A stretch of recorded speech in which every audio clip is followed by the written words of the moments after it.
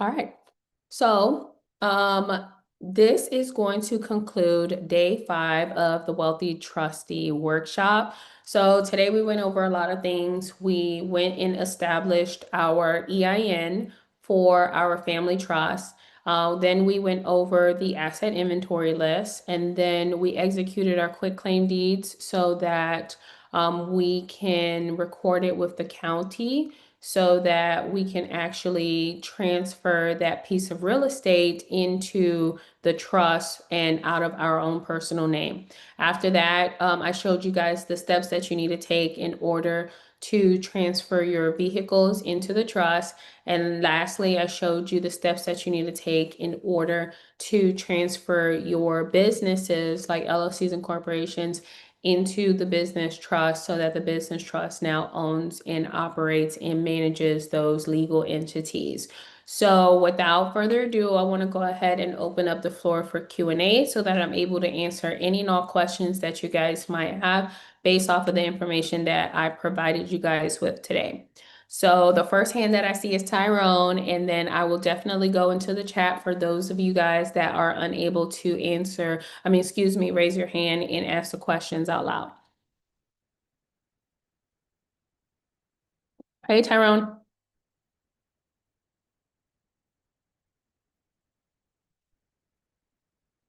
Tyrone, are you still there? You're on mute.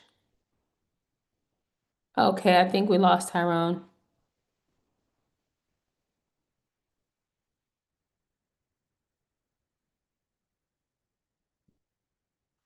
All right. So, the next, let's see, anybody else have any questions? I'm going to go into the chat and I'm going to, Miss Debbie, do you have a question?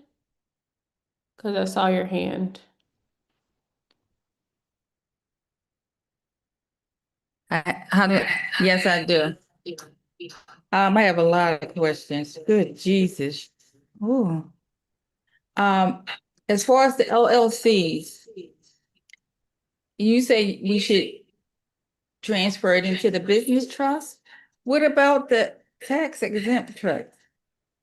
Um, I'm thinking more so working with a nonprofit organization to help homeless people. And so I would love to be able to be tax exempt um from paying taxes, a lot of taxes on the properties.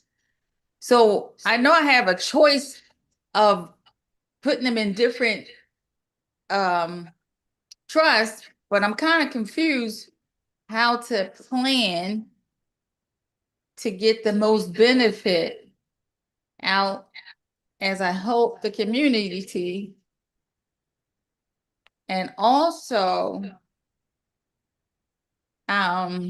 be able to still run pay the taxes or pay the bills. I'm a little confused on how to put it all together. I understand. Okay, so when it comes to your structure, you have to separate for-profit entities from nonprofit entities. So an LLC is a for-profit entity, and if you're operating it as such, then it should be owned by another for-profit entity. So the other for-profit entity is the business trust. So that's why the business trust should own the LLC or the corporation, because those statutory entities were formed for that purpose, for profit. Now, what you're describing, it sounds like you have a lot of philanthropic endeavors that you are going to accomplish. Those philanthropic endeavors can happen with the charitable trust. So you don't have to do what you're explaining. You don't have to do that with your LLC. You can just have that activity be done directly through the charitable trust. Okay. And if it is nonprofit activity, then that trust is already tax exempt. So what you're describing, it does sound like nonprofit endeavors, and it needs to be separate from your LLC.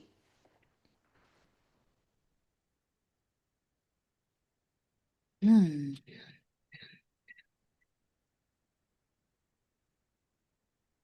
I already established some LLC. And so at this point, I'm like, where am I supposed to put them? Okay, so if I put it in my business trust, which is for profit making,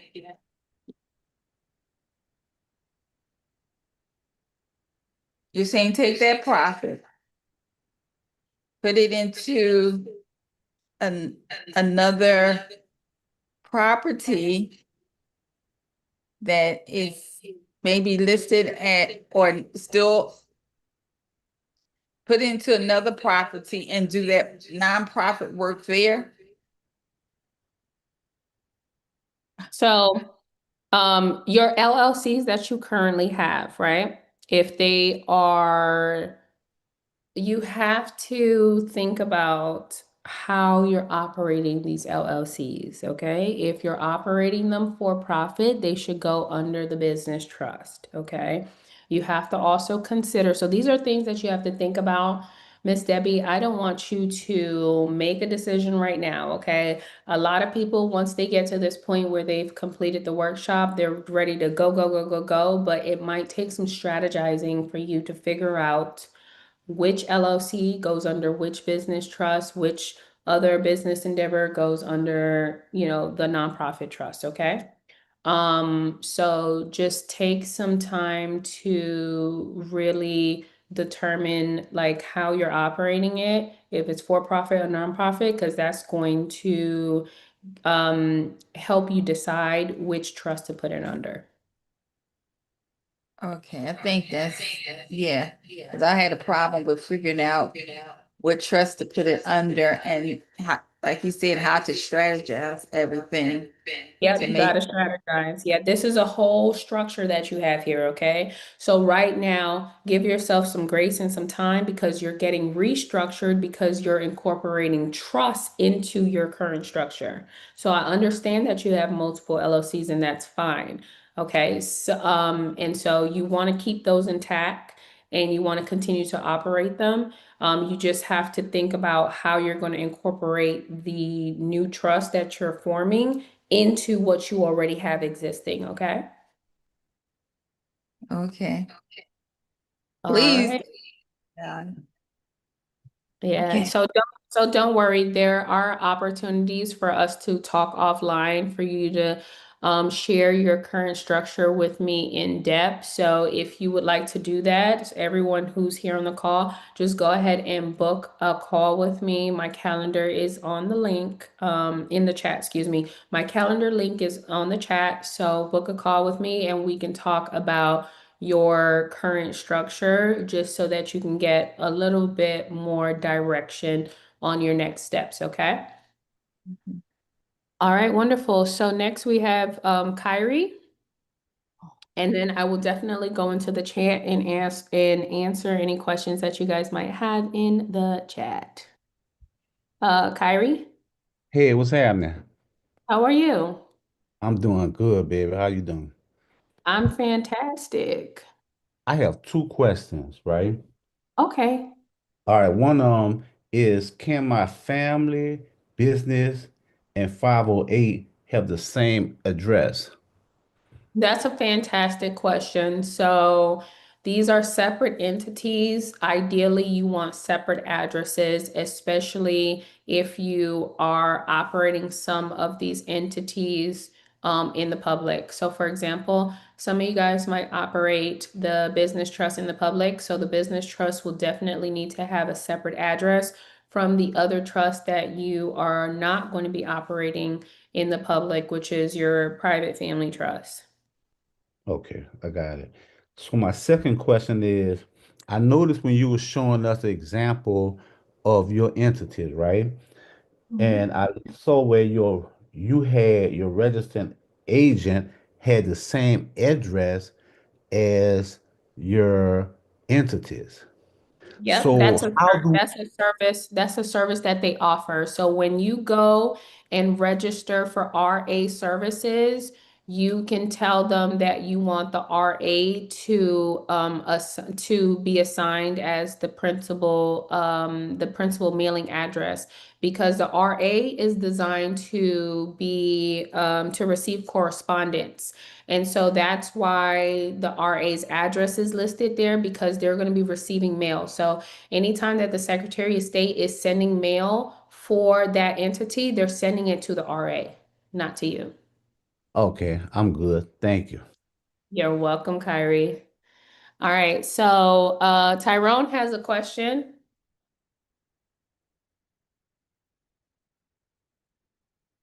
I sure do, and I apologize. I was in a bad area. That was crazy.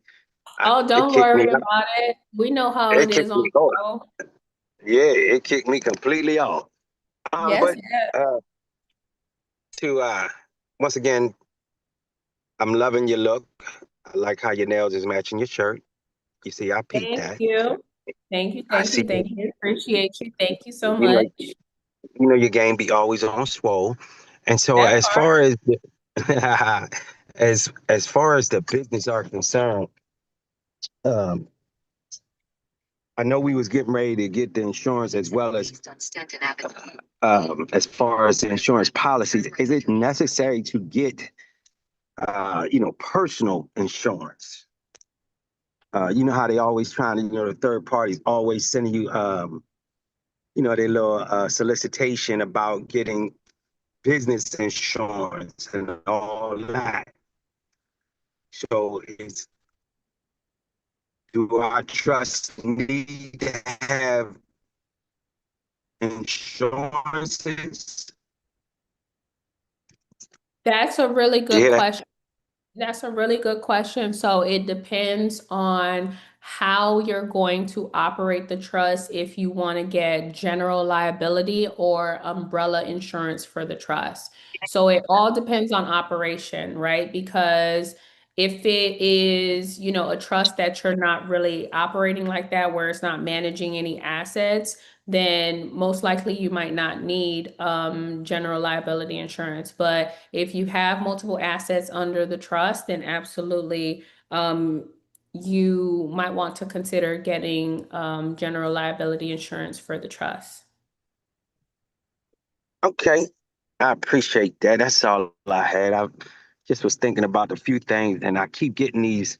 Like I said, the companies are sending, everything right now is dealing with the health insurance and all that other insurance, and so they all talking about your business insurance. So I appreciate it. It's a great job as always. You enjoy the Thank weekend. Yes, you too, Tyrone. Thank you so much. Appreciate you. All right, wonderful. So let's go to some questions that I see inside of the chat.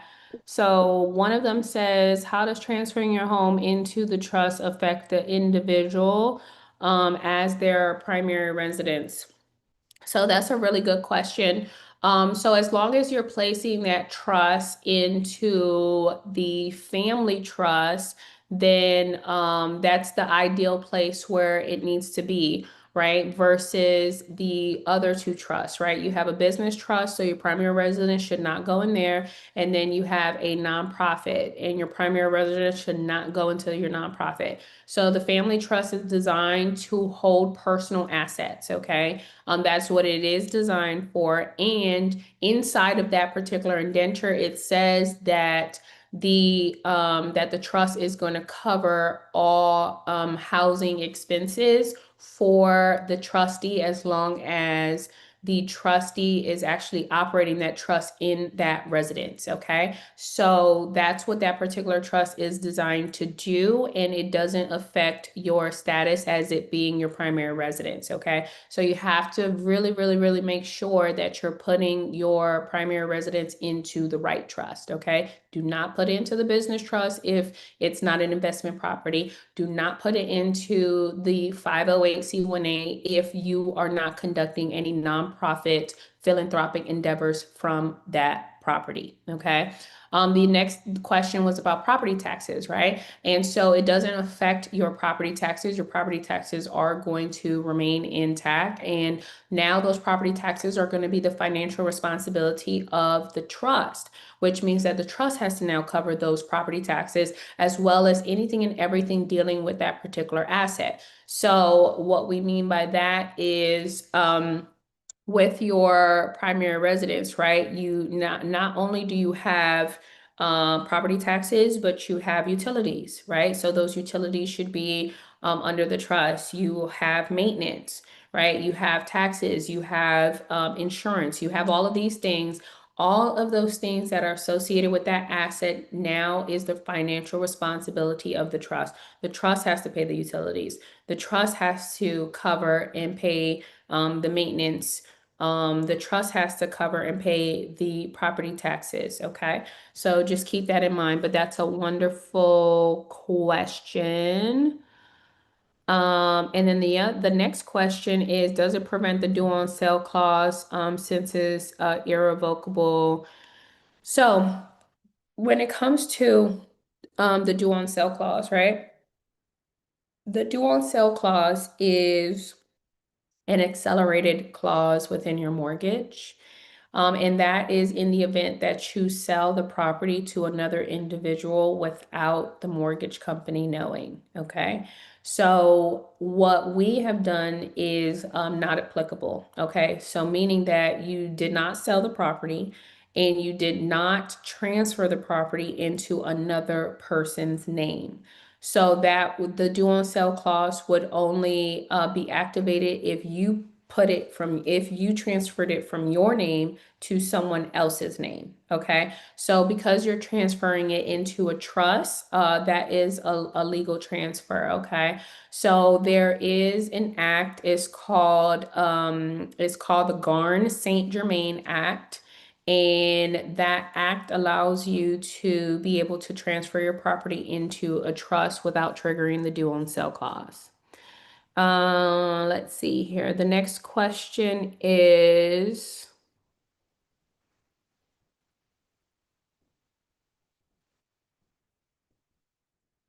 where can I find the recorded version? I missed a few days. So the entire workshop is recorded and you can find it in the online portal. So you do have login credentials where you're able to access the program as well as all of the workshop recordings. So when you click on the link to the portal, you log in, you're going to see two options. So you need to choose the option that says workshop training recordings. Okay. And then on the very top, you'll see this week's workshop training recordings.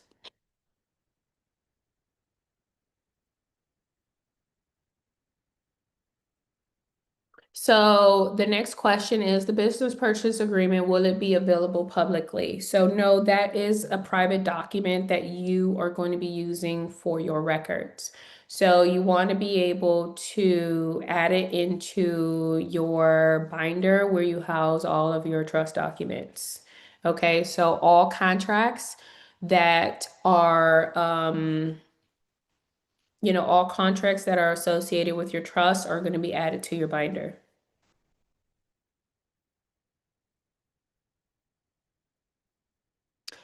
So the next question is, can a 501c3 nonprofit organization be owned by a trust?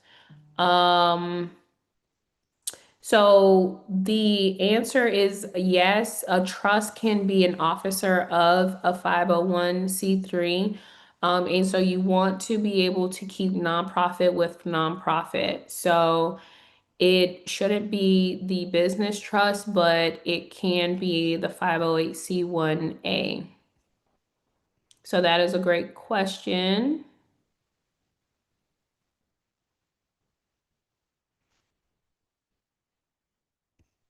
Someone was asking about a WhatsApp number. So I don't think that you can connect WhatsApp with Zoom. And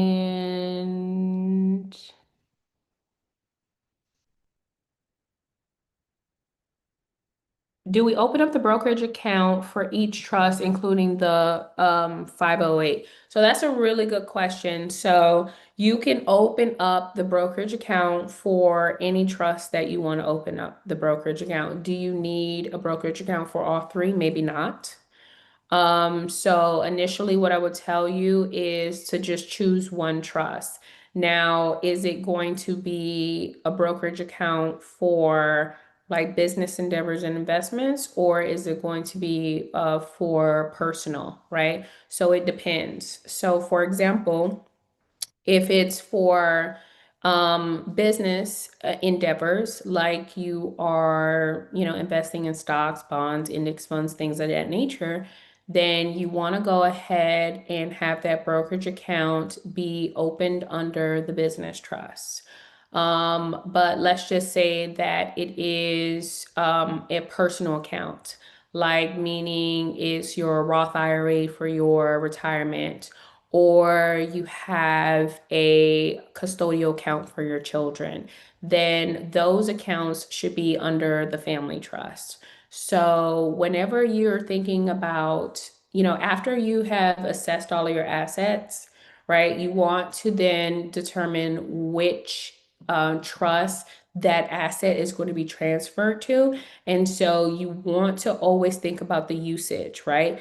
Is the usage business or investments, or is the usage personal, right? So your retirement is personal, right? Your children's custodial account is personal, right? Your life insurance policies are personal.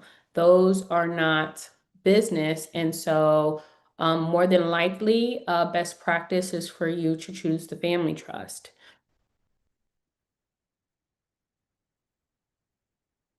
So the next question is, if our trust is in a different state, does it require a local state address?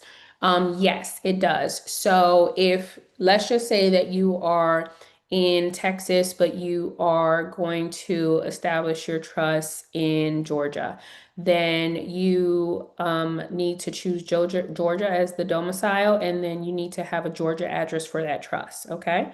So yes, and best practice is for you to have a virtual address, because you're able to choose, any state. You can sign up for a virtual address in any state, okay? You do not have to be located in that state.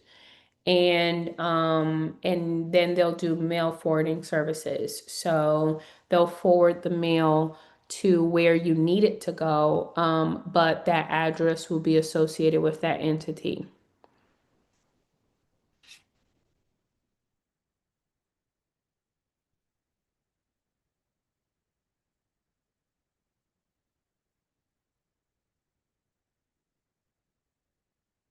So someone was asking if your primary residence should go into the faith-based organization.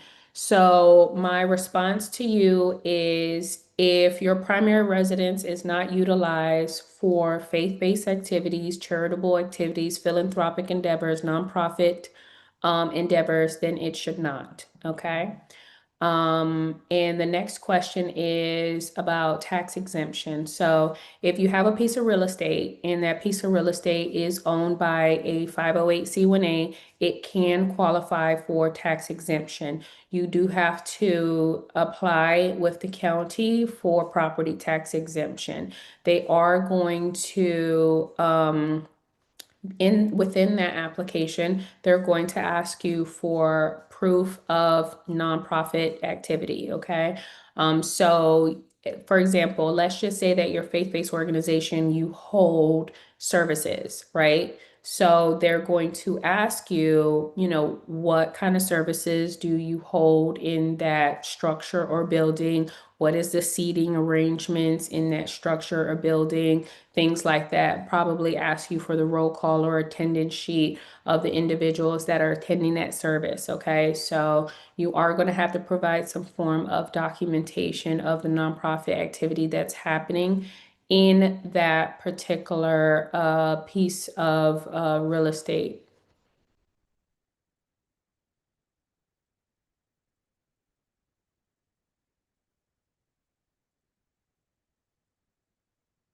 Do you recommend getting your LLC in your personal name to get funding first? That's a really good question. So what I would tell you is an LLC is very ideal for funding. And Brian was here yesterday, so that's a really good question for Mr. Dorsey. But when it comes to that, it's easier to get funding for an LLC than it is for a trust, right? Because the trust, they're going to ask you more information. Now, if your LLC is currently owned in your name, then go ahead and run it up, right? Go get the funding that you need prior to switching the LLC ownership from your personal name into the trust, okay? Because what's done is done already. So that means that you are like your personal name is already on the LLC. So get the funding that you need. And then once you've gone through that funding round, then go ahead and switch it into the business trust. Now, are you able to get funding for the LLC when it's owned by a business trust? Absolutely, yes. So you can definitely go through that, but now you have to disclose more documentation regarding the business trust to these financial institutions that you're trying to obtain funding from, okay? So it's just an extra step that you have to take, but yes, you can definitely do it. So if you don't want to wait for liability purposes, you don't have to. Just know that those financial institutions are going to require certain trust documents. So that could be the certificate of trust, the EIN, that could also be the signature page or the execution page for the bylaws, or that could be the first two pages of the declaration. So every bank is different, and what they ask for is different as well.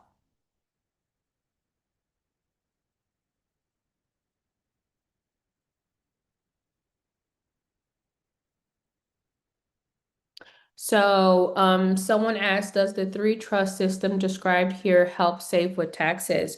So that's a really good question, and I would like to direct that question to our CPA. So if you could hold on, because I want you to hear it directly from the CPA. He's going to tell you, what it looks like for you to be able to save on taxes when you utilize this three trust system. So just hold on, and our CPA will be able to show you guys step by step, okay?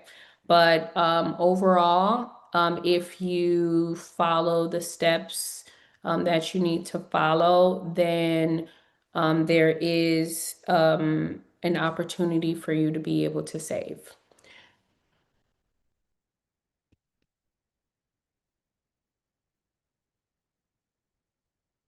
How do you suggest tracking the money? So that's a really good question. So we actually we use two different things. So initially it was through Excel. Excel is a really good software for you to be able to track expenses for your entity. And now we use QuickBooks. So QuickBooks is also a really good software that we utilize in order to track expenses for our entity. So we are able to track all the money that's coming in and going out, um, all of the expenses as well as the liabilities and all of our profit and losses. So documentation is important, and record keeping is vitally important, and tracking the money is important. Okay. So that is a good question. I would tell you, you can start off with Excel and then make your way up to QuickBooks. All right. And can my LLC be a grantor of my family trust? So unfortunately, if you are on the LLC and you're the only person, then it's a conflict of interest, because then you have to sign as the grantor and sign as the first trustee.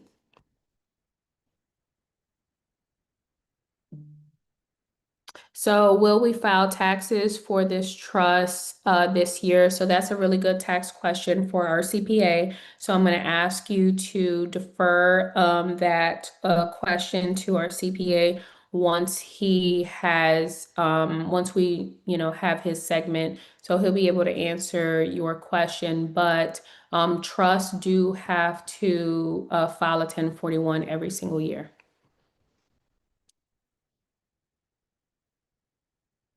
Which trust would be best to hold digital assets?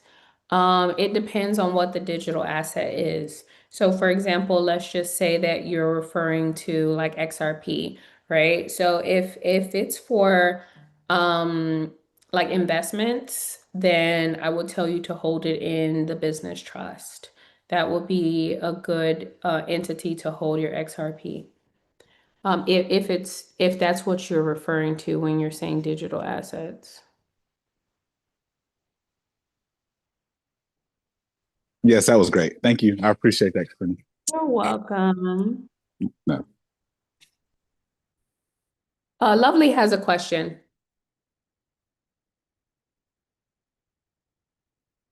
Hi, Christina.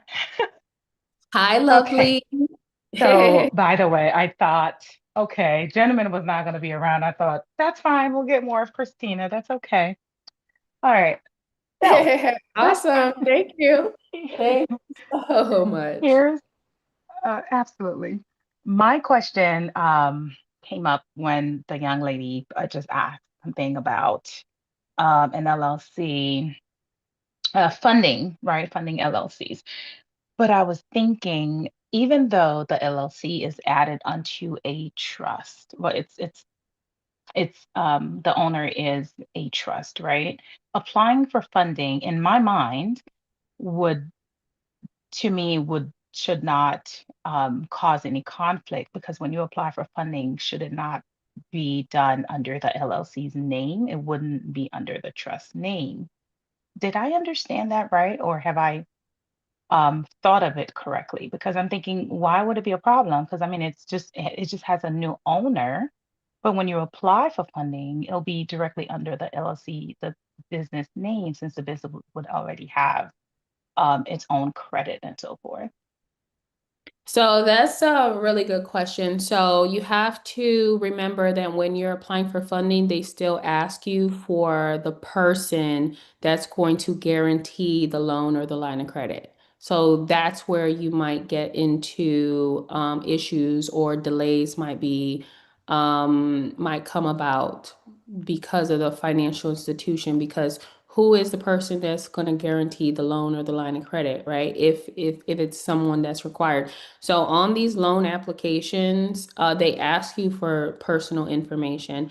It depends, it depends on the financial institution, but that is what like she was referring to, which is should she keep it in her personal name so she can provide her personal information as well, in order to qualify too. So sometimes that's a case as well too, Yeah. where the person is the one who is able to allow the LLC to qualify for the funds. Right. So that would be for PGs. So if the application does not require, or the facility does not require uh, the applicant to have personal guarantee, then that would work. Right. So Yeah.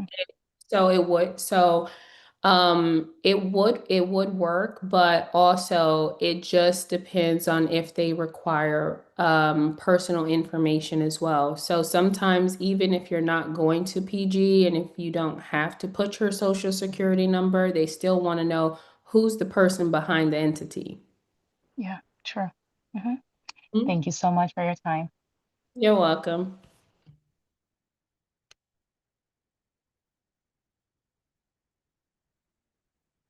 So someone asked, is there some way to keep track of all the necessary steps, paperwork, and organize the structure in a way to make it easier? So we do have a checklist where you guys can, leverage that checklist to be able to see like the different steps and required information and paperwork that you need. And then it's all in the way that you decide how to administer your entities as well. So I always encourage other people to create their own checklist as well. Because at the end of the day, this is your structure. And so you are going to establish it the way that you need to. You have to customize this, right? Remember, you're coming into this space where these entities are generic. You have to tailor it to your business endeavors and organization. You have to tailor it to your family organization and how you're running your family. You have to tailor it to whatever nonprofit that you either plan on or are already operating. Okay, so that is something that you have to come up with. And then as far as referencing CPAs and attorneys, right, those are individuals that you want to be a part of your council. So when you are appointing yourself as the trustee, you want to be able to establish a council, right, of advisors, right, where if you need some form of, assistance with any of the paperwork and documentation and stuff like that, you're able to go to your council. So just know that that's a good thing for you to do. As far as the trust binders, you can get them off of Amazon. Can you give us the name concerning the due on sale clause? So it's the Garn St. Germain Act. So GARNST and then Germain.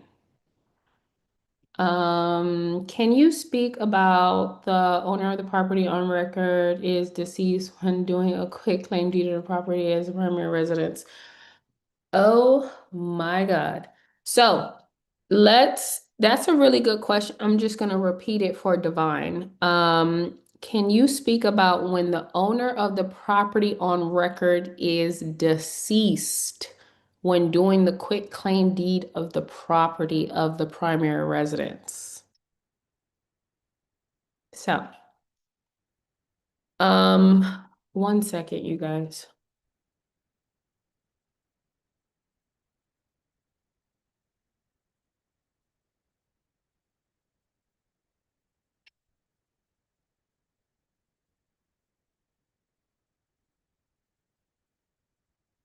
Hmm. I don't know what happened. I hid myself. Let me see one second.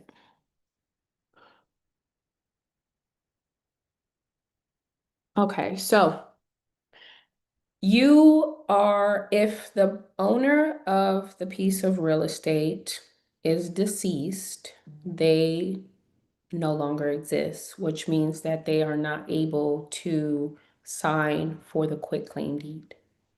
So if they are not able to sign for the quitclaim deed, you cannot execute a quitclaim deed for a deceased person. If that individual is deceased and they are the only person that's on the deed, then you have to go straight to family court, which is probate court, and they are going to establish an estate. And then they are the ones that are able to then transfer that deed of the deceased person to someone else's name. Let's see what else we have here.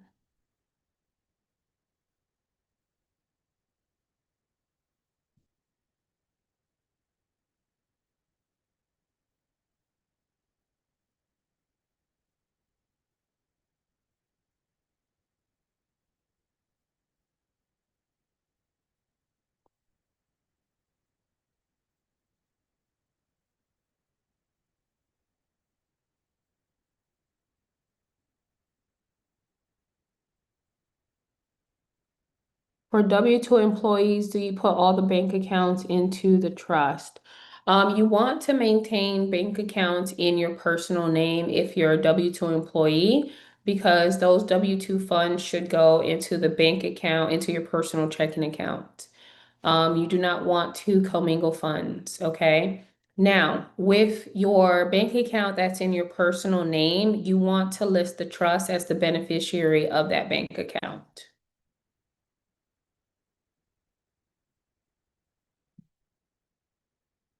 So how do we find out about the follow-up classes? That's a really good question. So every single time that we have a master class, you guys are going to receive an email. You're going to receive a text message, and both of those emails and text messages are going to have the Zoom link.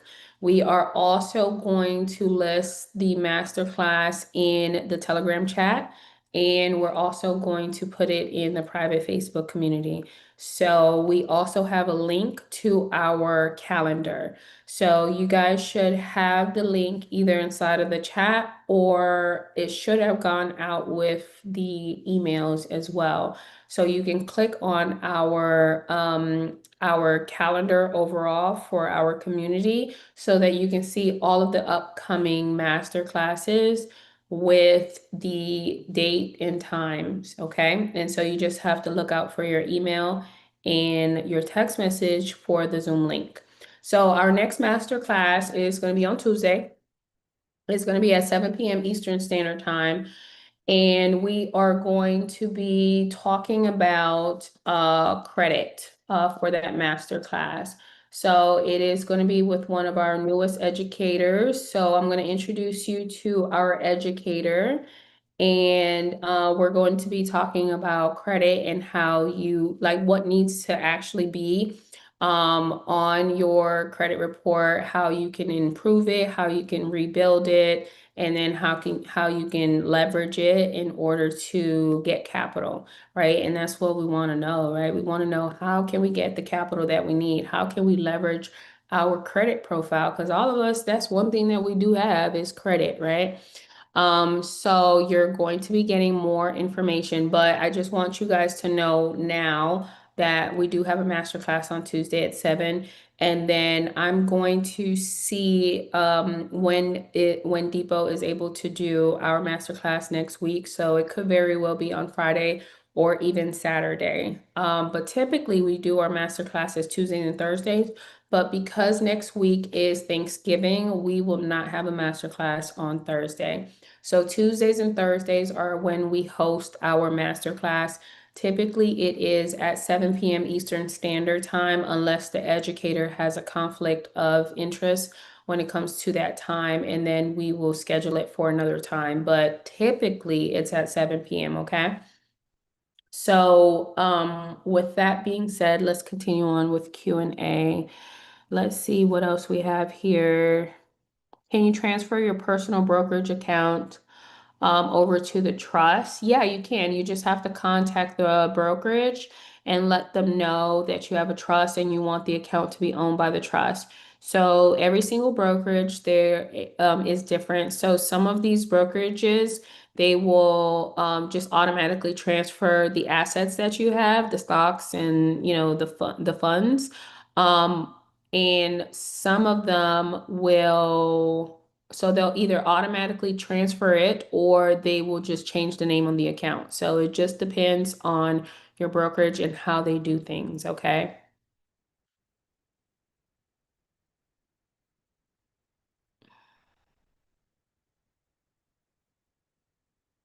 Is it best to establish an LLC first and then make the amendments to transfer into the trust? I was planning to start an LLC directly owned by the trust. That is a really, really, really good question, Taisha. So you have to know that if you already have if you already have an LLC established, then we have already done it backwards, right? And so we have to undo what we've done. So we already established the LLC and we're the owner of it. And so now we have to go backwards and actually remove ourselves and add the trust. So for you haven't done that, which means that you get to do it the right way the first time. Okay. And I do have a little bit of a disclaimer for you. So if you don't have an LLC already and you're going to establish an LLC, you're going to have the trust establish the LLC. So the trust is going to do the articles of organization with the Secretary of State and initially be the owner of the LLC. So that is beautiful. Well, and that is going to protect you in the long run because I do want you guys to know something. When you process your articles of amendment to the articles of organization, that is also a part of the public records. Okay, everything is a part of the public records.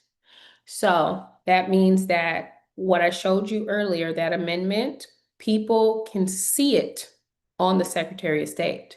So they're able to see that you have amended it and that you have removed yourself from the organization. So, you have to know that if there's any skip tracing involved, that means that they're going backwards, right? They're able to see that. So I just need you to know that. And it also depends on the Secretary of State. Every single Secretary of State is different. So some do make it available to be viewed online and some don't, right? So it does depend on the Secretary of State, but I want you to know that that is a possibility. Okay. So that's why it's very good for you to have the trust create the LLC versus you creating the LLC and then doing an amendment.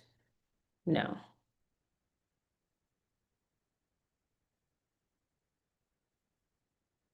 So are both the business trust and the family trust irrevocable, discretionary, non-grantor, complex, spendthrift, non-statutory trust? Yes. When me and my wife pass and our children are beneficiaries, what language can we put into the family trust to create a new trust and make them the trustees? So you can, if you feel like there's something missing inside of the trust, then you can put it in there. So you would have to create provisions for them to be able to do that. So you'll create another article. In that article, you can name it as you can name it as a subtrust. And so a subtrust is when this trust creates a new trust because of an action. So that action is the passing of the trustees. So in that provision, you're going to, or okay, in that article, you're going to add the provisions, which is what you're talking about, which is that there is going to be a new trust that is created. What is the name of the private Facebook community? It's called the Wealthy Trustee Community. Should you use the same name as the business trust or come up with a different name for the LLC? You can do both. So if you have, for example, if you have an LLC, you can name the business trust the same name as the LLC if you would like. So it's up to you. I personally would name it something different.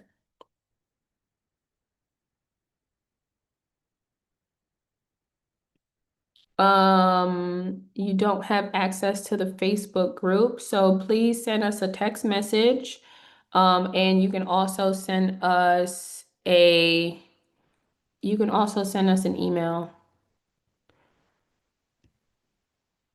Okay, give me one moment.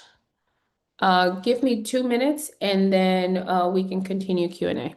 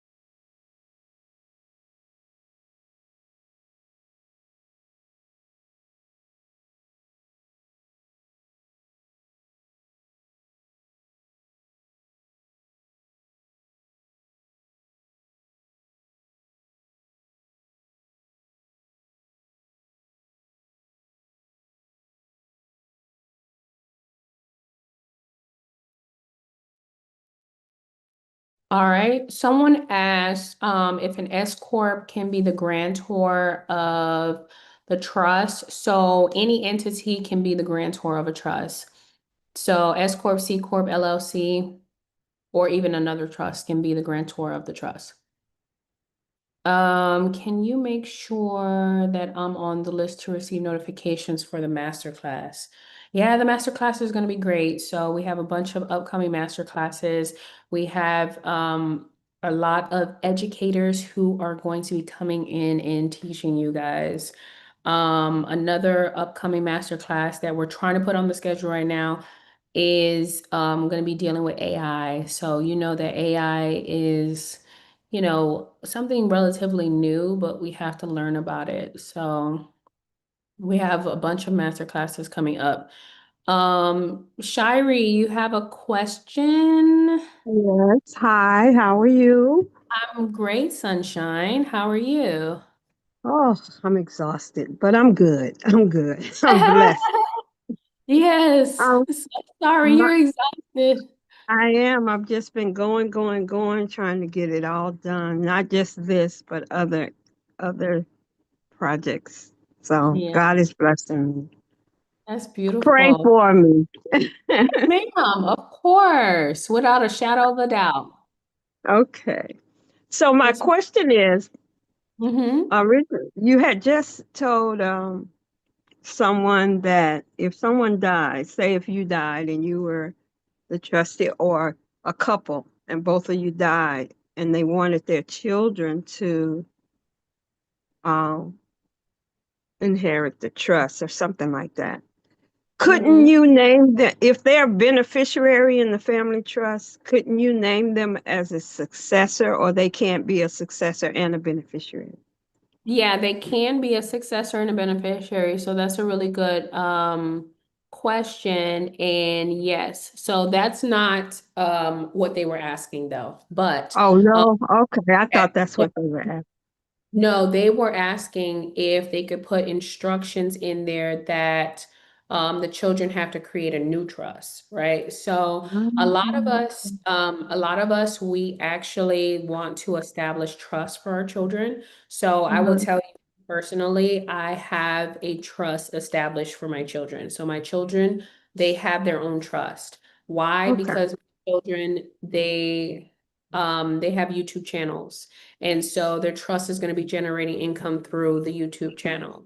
Mhm. So their trust, it's not structured that way now, but their trust is going to be a beneficiary of my trust. Right now, the children are direct beneficiaries, but they already have a trust established so that if I need to amend the beneficiaries to make their trust the beneficiary of my trust, that can also happen.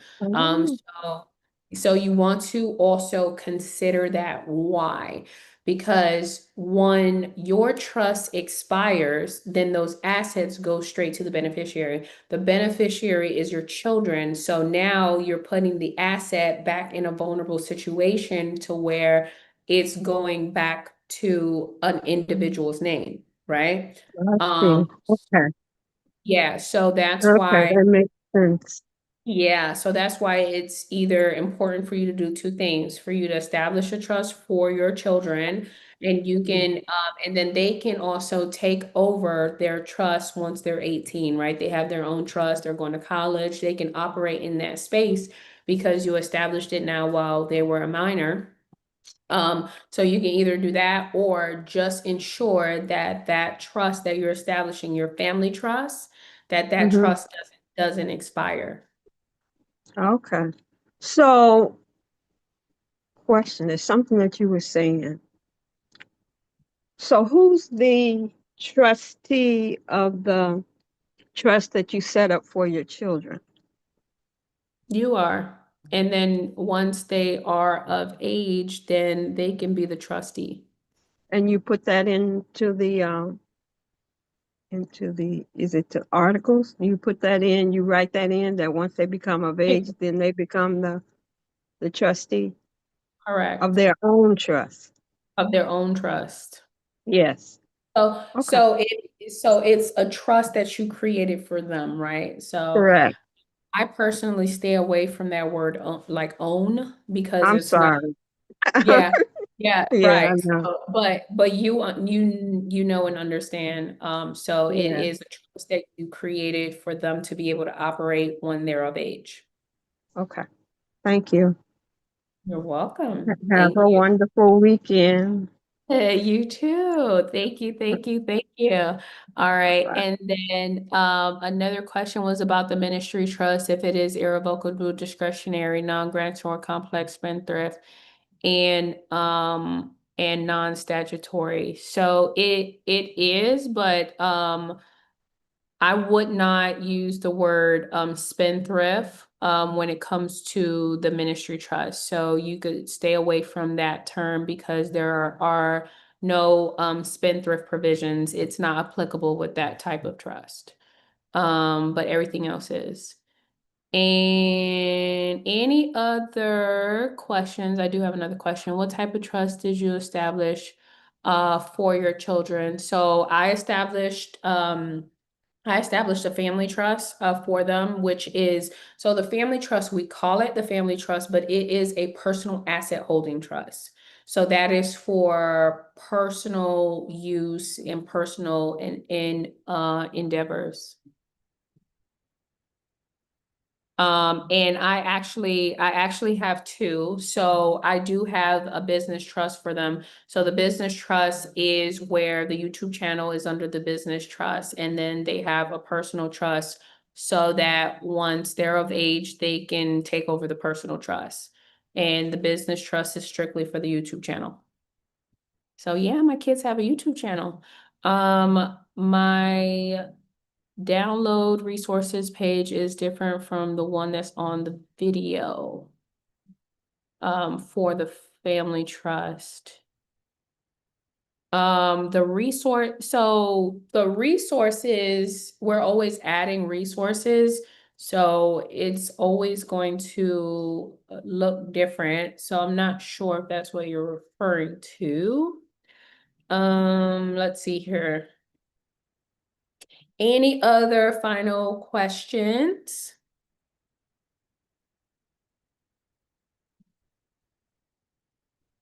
Miss Debbie has a question, and then I'm going to give you guys homework. You do have homework, so don't go anywhere. Um, So my question is, I'm a little confused about the grantor and the trustee. I was thinking, well, of course, especially since I didn't know how to structure, which I'm going to have to really take out time to structure, uh, like a flow chart or something. But, of course, I wanted to be the trustee so I could make sure things were right. And I was wondering who I could make the grantor. But if I'm granting these properties, my name is going to be on the property, so they're going to see that I own these properties. So they'll see that I am the grantor. So I couldn't really use another person like my mom asked the grantor, or it has something to do with the grantee now because the grantor and the grantee is different, you said. So I think yesterday I asked you that question about, and you said something about you can't be what was it? Subdominal or something like that. Would I be subdominal to my mom? okay, so let's talk about it. Let's talk about it. So, you are referring to two different things, Miss Debbie. And so when I was showing you the steps on how to fill out the quitclaim deed, I mentioned that I didn't want anyone to get confused because of the titles and terms that are used. Okay. So you are confusing the grantor of the trust with the grantor of the quitclaim deed. Those are two different individuals. Okay. So the grantor of the quitclaim deed is the person who owns the property. So my question to you is, who owns the property? Is it you? I do. My mom also Okay. owns some, but I'm specifically, I own some, so I'm talking about me. Yes, And okay. So you own the property. So when you're doing the quitclaim deed, the quitclaim deed has two positions. It has a grantor and a grantee. The grantor is the owner of the property, which is you. That in your mind, do not connect that quitclaim deed with the trust. Those are two different grantors, okay? Because these are two different instruments. So I don't want you to confuse that, okay? A lot of people get confused when it comes to this part because of the verbiage that is used, but you have to understand that the verbiage is appropriate because you are the owner of the property and you're granting the property to the grantee. The grantee is the trust, which is the entity that is receiving the property, okay? okay. So it's different. Okay, I believe I understand that part now. But now we're getting into the trust. So now I Okay. have to choose a um grantor and A grantor grant for the trust. grantor for a trust and also a trustee. So okay, I separated those two things. Um, so I read something that you sent me saying, what was it? I have to kind of read it again, but I think you said something about,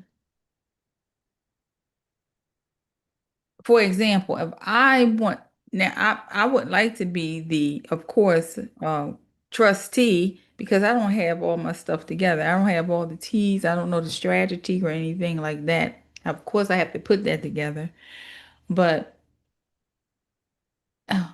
Are you saying that a relative cannot be the grantee? I think it was actually yesterday you said something about sub down. Yeah. Yeah. So what I'm saying is that the grantor can be blood related. The answer is Can be, yes. can be. Yes. The answer is yes. The grantor can be blood related. But the trustee cannot be subservient or subordinate to the grantor. So you want that person who's blood related to be at arm's length. So, for example, a good example is, well, no, that's not a good example. Um, but I'll still give the example. So an example is if you have two spouses, they're not blood related. So the example is not really hitting the way I wanted to, but a spouse is subordinate or subservient. And so that's not ideal, right? So that is what I mean. So for example, if you were to put a cousin, right? You're not subordinate or subservient to your cousin.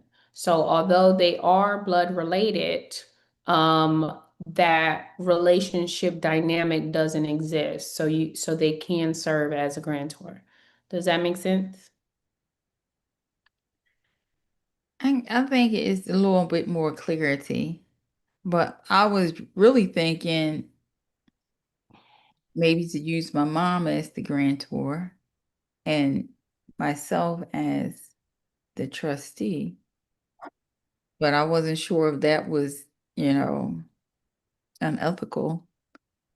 From what you had said yesterday, not to be subordinate. Yeah, so you can use a parent as a grantor. You just got to be very careful with that dynamic.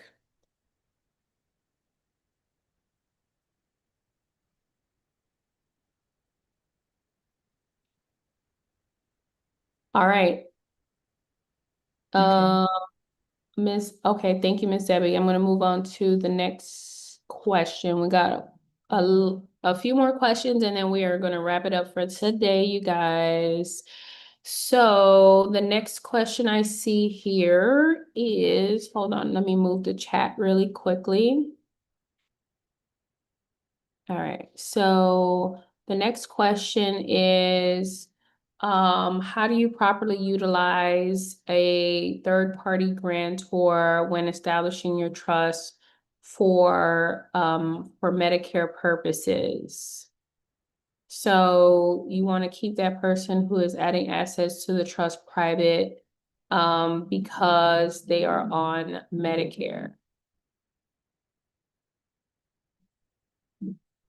So you creating a trust, you choosing someone else as the grantor, that person is considered an adverse independent individual. So that's why you're able to choose whoever, whoever you deem that is appropriate in order to serve in that position. So the individual who is on Medicare, you want them to be either, generally you want them to be listed as a beneficiary, because that's going to put them in a position to where they're private and you can't disclose their position in the trust. And that's only if they need to have a position in the trust. The next question is regarding the beneficiaries. Could they be trustees? So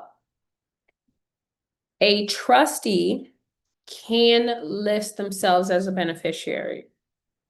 A beneficiary can be listed as a successor trustee, meaning that they are a future trustee. A trustee who is currently in the trustee position and they are a beneficiary, there has to be other beneficiaries because they cannot be the sole beneficiary. If you have beneficiaries, those beneficiaries, right? They're not trustees. Those beneficiaries cannot have any power, any control, and they cannot assist with any management. So they cannot be appointed as a board of trustee member.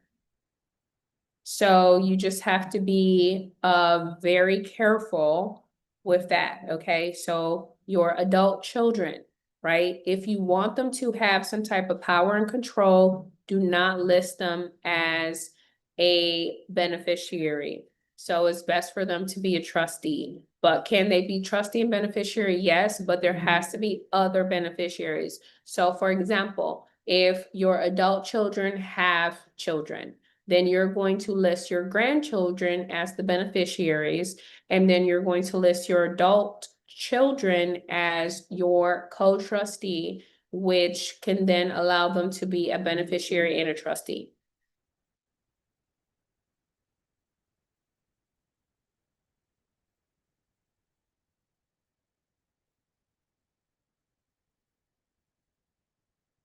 So if you want to place an asset into the trust, you can use whatever type of agreements that you want. So if you want to use a special purchase agreement, you can do that.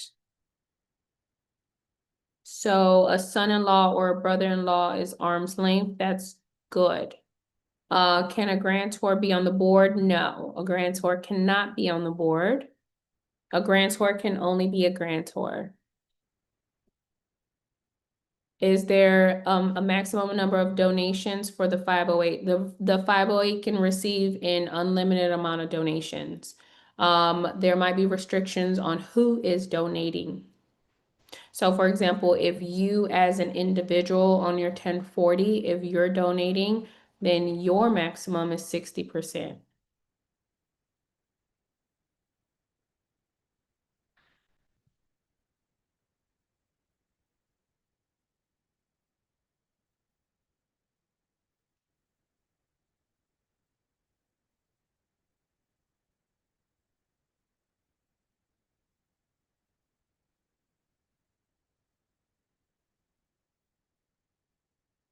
So if you're Let's see.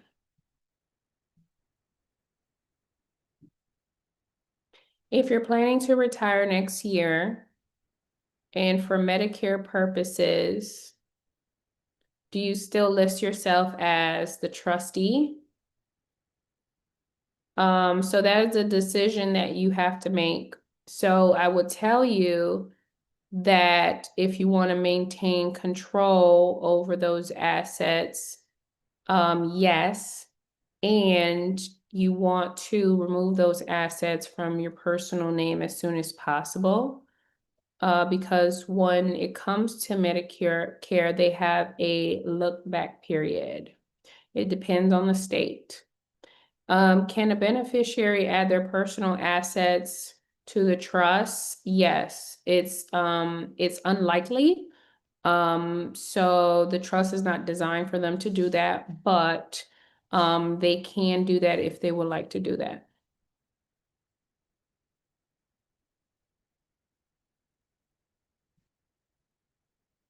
And there's some encouraging words for Miss Debbie inside of the chat. Then we have Charles. Hey, Charles. And then that is going to be the last question for today. Charles, you have a question?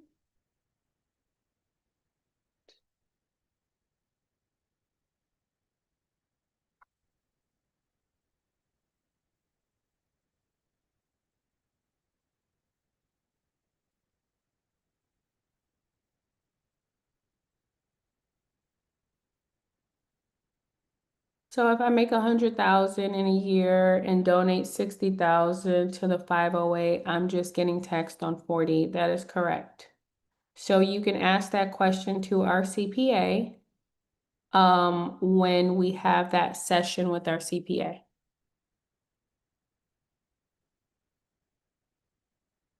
Okay, give me one moment, you guys.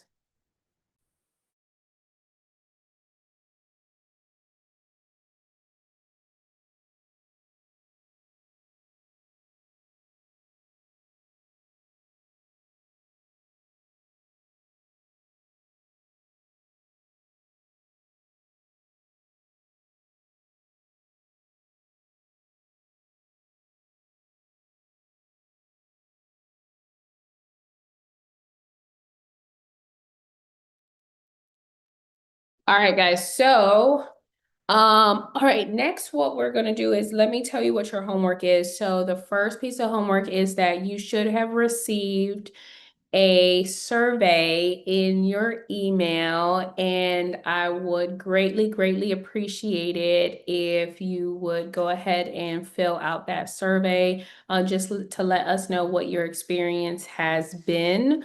And then the next piece of homework is for you guys to book a call with me so that I can help you. So what you want to do is you want to go ahead and share with me what your current structure is so that I'm able to assist. And then if you want to share your trust documents so that me and my team can review them, we can definitely do that. And then what I want to know is there anyone who wants to come off mute and let us know how your experience has been in the workshop? So if you want to provide some feedback, let us know how this entire workshop week has gone for you guys. I would love, love, love for you to come off mute and for you to let me know how this week has gone for you. So is there anyone who wants to share? Tyrone wants to share. Do it count that I already been through this a few times? Yep. Okay, well then great. This week has been wonderful only because of three things. I've watched you persevere through, you know what I'm saying, your healing, you know what I'm saying? And one of the motivations to us as being a family, as seeing you, you know what I'm saying, being able to still come through, you know what I'm saying, with the classes each and every day, because of course we're all trying to establish our situations one way or another. And so the fact that you was able to get through this week. You know what I'm saying? That was one thing. And then two, how the community, you know what I'm saying, which each one, you know, I find very interesting because of the people that come to these groups really have to be open-minded. And so a lot of people have their own, you know what I'm saying, information when they walk in the door. But, you know, you definitely learn a whole lot through you. And then the third, I continue to give you props on your patience. It is phenomenal. I don't like that word. I don't like that word, but it is very uh, foundational right now because the patience that you have to go through these classes, and of course, you have to uh, adjust to the adjustable each and every time. And like I said, I've been to several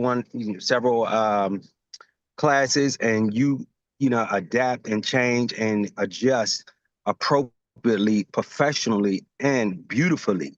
So I just want to share that. You know what I'm saying? I very enjoyed every bit of this as I did when I first came in, and the fact that I'm learning something each and every time, going back over it, it's coming. You know, I'm starting to be able to speak it without looking at the paperwork and everything else. So I'm starting to regurgitate what I'm learning, and that is what I'm loving. So God bless you, sister, and you know, keep it up.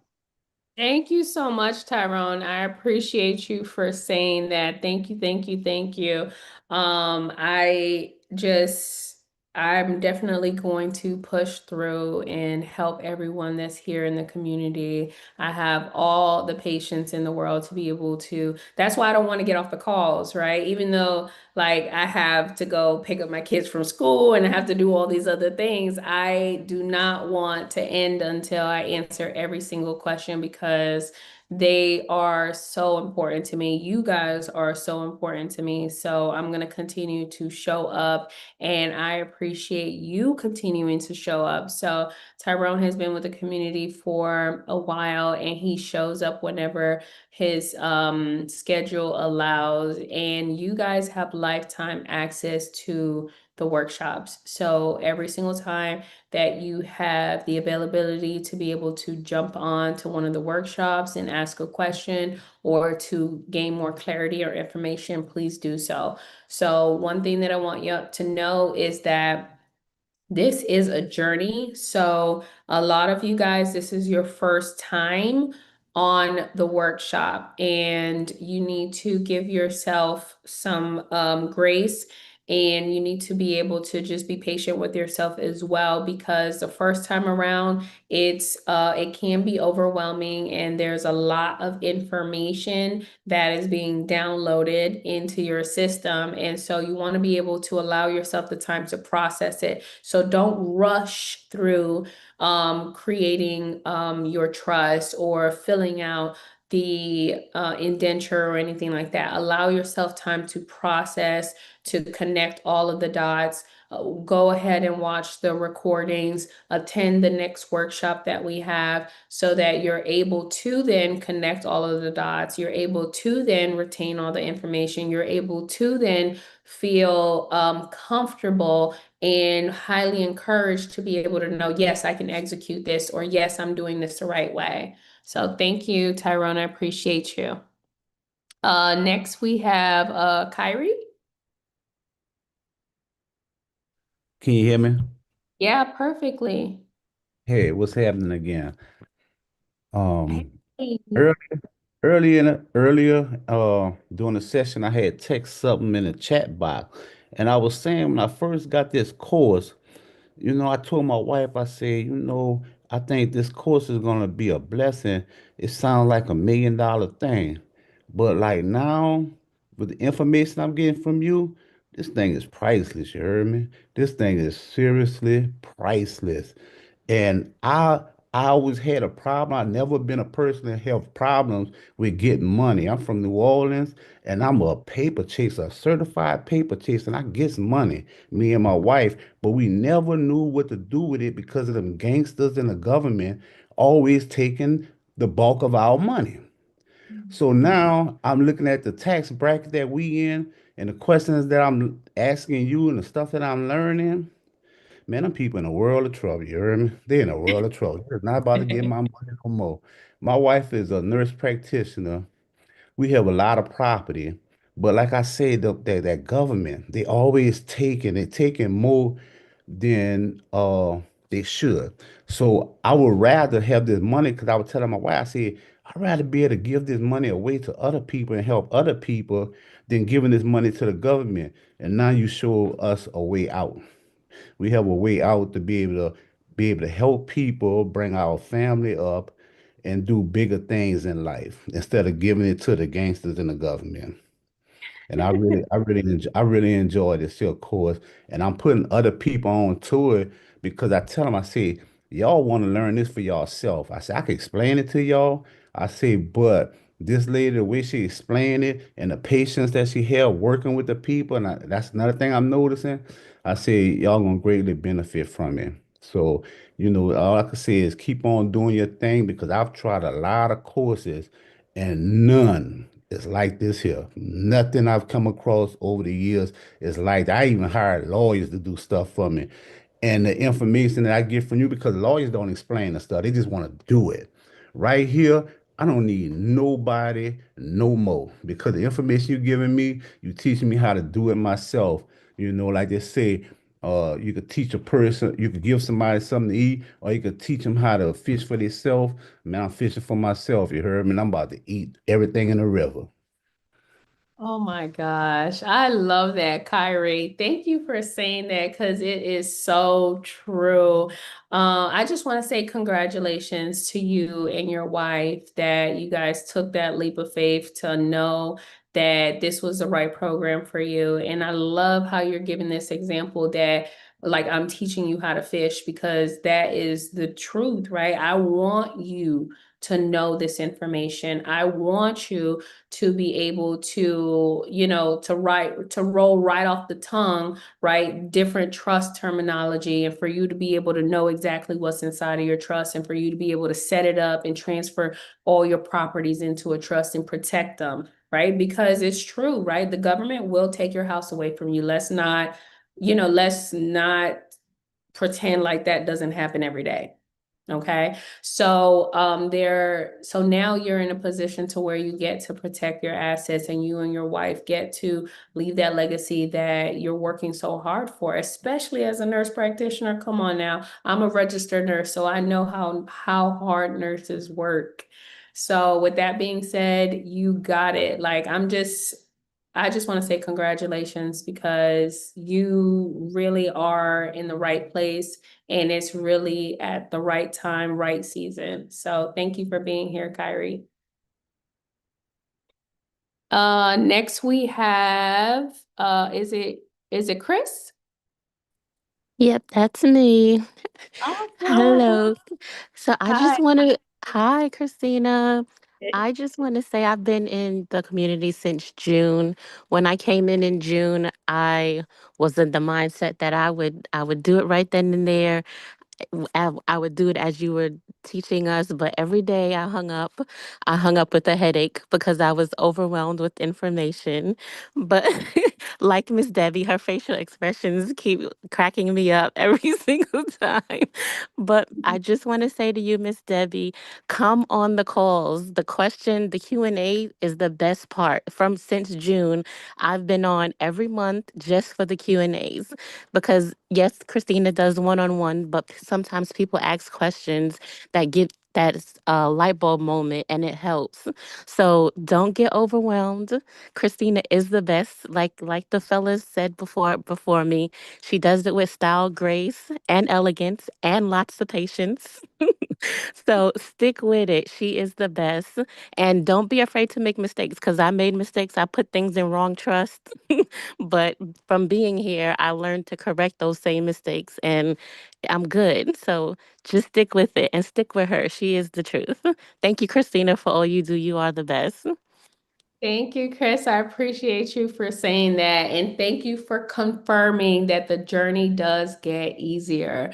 So, as long as you show up and show out, like how Chris has been doing, how Tyrone has been doing, how a lot of our other community members have been doing, then you are able to you're able to then be able to like have those light bulb moments that go off to say, oh, now I get it, because you hear it differently the second time around.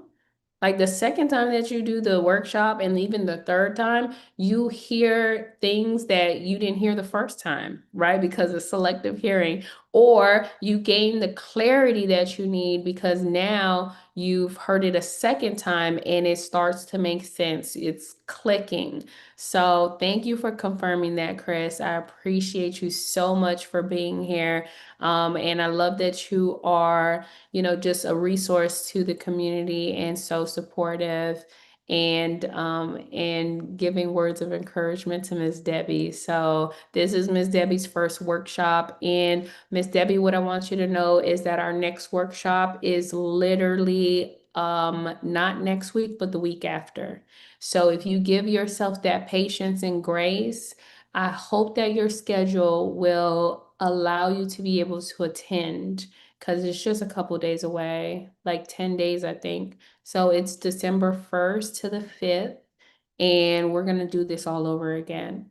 And I want you to be able to then see it from a different viewpoint, because right now, because a lot of us, we walk into the workshop thinking, I have to create my trust right now. And so Miss Debbie had even mentioned it. She's like, I'm falling behind because I'm not able to do it while you're doing it. That's completely fine, because now when we do the workshop December 1st to the 5th, you're able to now do it, because why? This workshop, you allowed yourself to listen. You allow yourself to actually learn before you implement. So now on the next workshop, you're going to implement. You're going to have your templates ready, locked, loaded. You're going to start filling in the documents. You're going to have all your questions, written down, ready to go, because you've gone through it before. And so now this is the time for you to implement and for you to gain clarity on whatever you didn't have clarity on during the first workshop. So that is the beautiful thing about lifetime access, you guys. And when I tell you we are intentional about it, we really are. Like, we want you to show up every single month to the workshops. So thank you, Chris. I appreciate you so much. Any other final questions, comments, concerns? Anyone else have anything else to say? If not, I will let you guys enjoy your weekend. Hi, Christina. This is Hi, Mary. Miss Mary. Hey, this has been so great to learn about all of these fantastic ways for us to structure our businesses and trust, and I want to thank you for that. I was wondering, do you have any recommendations for where we can read up on the types of trust that we're going over? Like where like references or anything we can go to so for further guidance for Yeah, ourselves. absolutely. Absolutely. So I don't only want you to learn this information from me. So that's why inside of the program, we actually have provided you with ebooks. And in those ebooks, they reference the type of contracts. So there's a bunch of guides. There's guides and there's ebooks from other authors and other individuals that also are providing education on this type of trust entity that you guys are creating. So that's why we provide those resources and ebooks for you, so that you can also learn from others and not just us, okay? Great, great, thank you. And are there any like anything like from the IRS or anything where we can have that, put that in our folder so that we can reference it so we know we're doing everything right? Yeah, so there are documentations from the IRS that are inside of the resources tab. So that's where you need to head next if you haven't reviewed the resources. Okay. Wow, that's fantastic. Thank you so much. God bless you. You're welcome. Mm. All right. So thank you guys. Thank you to everyone who has attended the workshop. I appreciate you guys so, so, so much. And I just want to encourage you guys and let you guys know to attend the next workshop. So it is December 1st to the 5th from 11 to 2 Eastern Standard Time.